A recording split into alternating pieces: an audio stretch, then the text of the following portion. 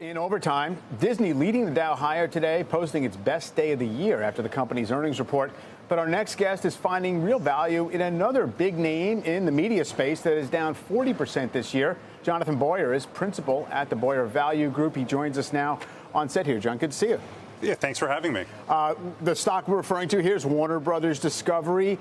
Clearly, it's kind of hit the skids not that long ago with a little bit of a revamped outlook. What do you like there? There's a lot to like about the company. It's hit all the classic spin-off dynamics. First, there was a merger or spin-off with AT&T. AT&T shareholders ended up owning 73% of the company, and there was a lot of forced selling by AT&T shareholders who had absolutely no desire to hold a levered entertainment company. And since then, you had the bad Netflix results. You had a bad economy. About everything that could go wrong went wrong. They just had released their results, and they kind of kitchen sinked it and put everything bad possible. But it's cheap. It has fantastic properties.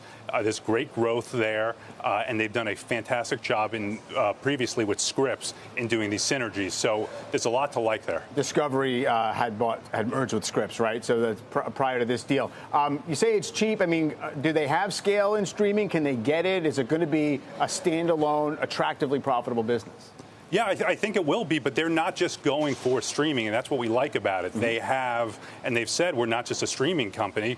We're going to, do theatrical, regular linear TV. There's so much there that they're not going to, put all this content on streaming for the benefit of just having more subscribers. They're being very disciplined. Still feeding off the old cable ecosystem to a fair degree. Did want to switch over to it's sort of an entertainment play as well. Madison Square Garden. It's one you've liked for a long time. Kind of I guess a sum of the parts asset play. But what's the current case? The current case is right now the enterprise value is about $4.7 billion.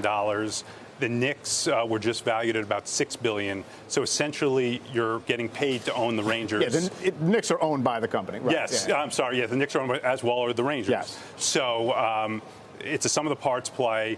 Their sister company, Madison Square Garden Entertainment, is currently about to finish a project in Las Vegas called The Sphere. And we think it's likely that after that is done, James Dolan, who controls the company, will sell the teams. Mm-hmm. And what's really interesting is private equity has gotten involved in a big way. And it wouldn't surprise us to put a marker on one or both of the teams if private equity decides to take a stake. It's worth noting that Silver Lake owns about 9% of the company. The Egyptian billionaire owns about 5% of the company. So there's a lot of things that could happen. Yeah, it's obviously hidden value, but there has to be a reason that the market won't pay for it now. Is there a tax liability? Is it just like you never know when this might happen?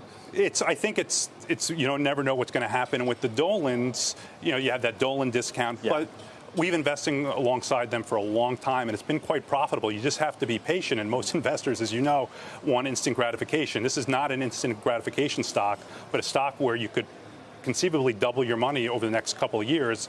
Plus, they're a huge beneficiary of legalized sports gambling. It's now their largest sponsorship category. So there's a lot to like, and I think, whether they sell part or all the team. Mm-hmm. And the one thing to also note is the best thing that Dolan could have done over the past decade has not been to sell the team. Essentially, it's just gone up and up and up in value, and it's been a great move for shareholders. Yeah, despite the fact that many people in New York have wanted him to do that for a very long time. Just quickly on the market in general, do you see it as being a target-rich environment for a value investor or not so much? It's a great time if you can take a 2 to 3 year view. Could stocks go lower? Absolutely. But there are a ton of stocks that are selling less than 10 times earning that are very good businesses. I think what investors really need to be cautious about is to beware of false bargains. There are a lot of stocks that have gone down 40, 50, 60% from their highs that are never coming back. And that's what an investor really needs to do. They need to do their homework and figure out which stocks they want to buy and which stocks have a great prospects going forward. All right, John, thanks a lot for the update. Appreciate it. Great. Thanks for having me.